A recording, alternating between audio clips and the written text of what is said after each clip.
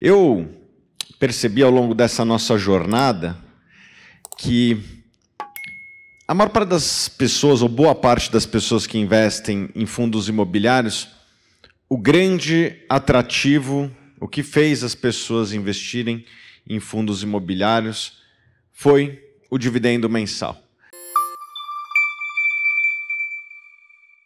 A renda mensal é algo que sempre atraiu os investidores aos fundos. Eu acho que tem uma razão nisso, né? Assim, as pessoas têm gastos mensais, as pessoas têm as suas necessidades, então os dividendos mensais casam com as necessidades das pessoas. E eu acho que foi isso que fez a popularização dos fundos imobiliários. O Carrasco estava apresentando agora há pouco, né? Ele foi o primeiro que anunciou lá dividendo zero, depois vieram vários outros. Imagino que muita gente, naquele momento, ficava ligando todo dia, porque imagino que tinha até gente que precisava daquele dividendo, né? E o dividendo mensal, ele não precisa ser originado somente de fundos imobiliários, né? Poderia ter ações, já tem algumas ações que pagam dividendo mensal, o problema é que é muito pouco, se não me engano o Bradesco e Itaú já fazem isso.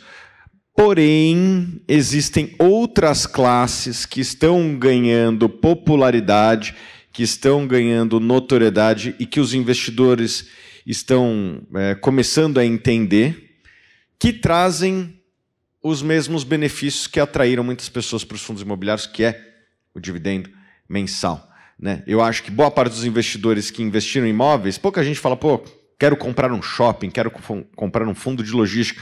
O que as pessoas querem é a renda ou o retorno daquele investimento. E existem outros investimentos que trazem esse mesmo benefício, com prós e contras que a gente vai falar em cada um deles. Eu diria que hoje, para o investidor pessoa física, tem essas três grandes categorias que começam a trazer dividendos de maneira mensal ou recorrente. O FIPE, que a gente vai falar ali, talvez boa parte deles ainda não paguem de maneira mensal, alguns já estão começando a ser desenhados para pagar de maneira mensal, mas o FIAGRO e o FIINFRA já têm essa característica.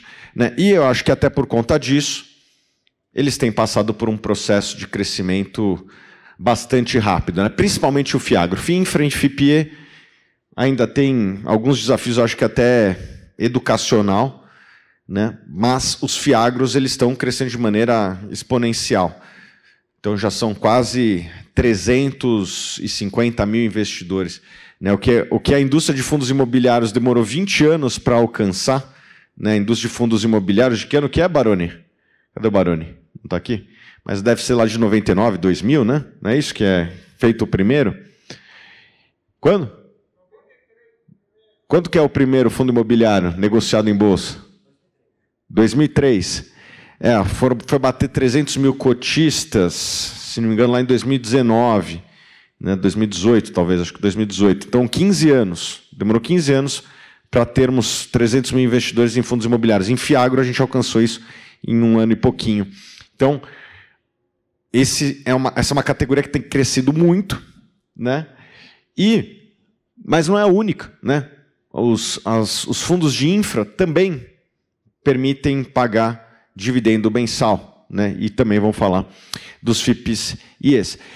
Mas a grande pergunta que fica é, são complementares ou são concorrentes? Você deveria considerá-los um substituto à renda imobiliária ou algo que traz diversificação? É o que eu vou tentar responder aqui. Eu acho que assim, um dos grandes benefícios dos fundos imobiliários e que alguns desses produtos trazem é a renda mensal recorrente, como eu já disse. Outra coisa, volatilidades menores, volatilidade de FIAGRO, de FIINFRA, de FIPE, em geral, ela é menor do que a média das ações. Isso é um atrativo, Assim, as pessoas deveriam analisar risco, retorno, liquidez, e para muitas pessoas o risco ele anda de mãos dadas com a volatilidade. Estes são ativos estruturalmente menos voláteis, né? Mesmo porque Fiagro, que a gente fala ali que pode investir em terras e ou crédito, a maior parte deles hoje investe em crédito. E crédito tem um caráter mais de renda fixa, não renda variável. Então, por conta disso, tem menos riscos. E outro benefício que essas três categorias trazem, que é similar ao fundo imobiliário, é que você não precisa de muito dinheiro para investir. Aliás, os Fiagros eles têm até uma característica um pouco diferente dos fundos imobiliários, né? Quase todos são base 10. Fundo imobiliário não, a cultura foi da base 100. Né? Em Fiagro, a cultura que está se desenvolvendo é a cultura da base 10, o que torna ainda mais popular. R$100 já é um investimento, na minha opinião, popular. R$10, então, só não investe quem não quer. Né? E os Fiagros estão vindo com essa pegada, FIINFRA mais ou menos meio a meio e FIPE mais base 100.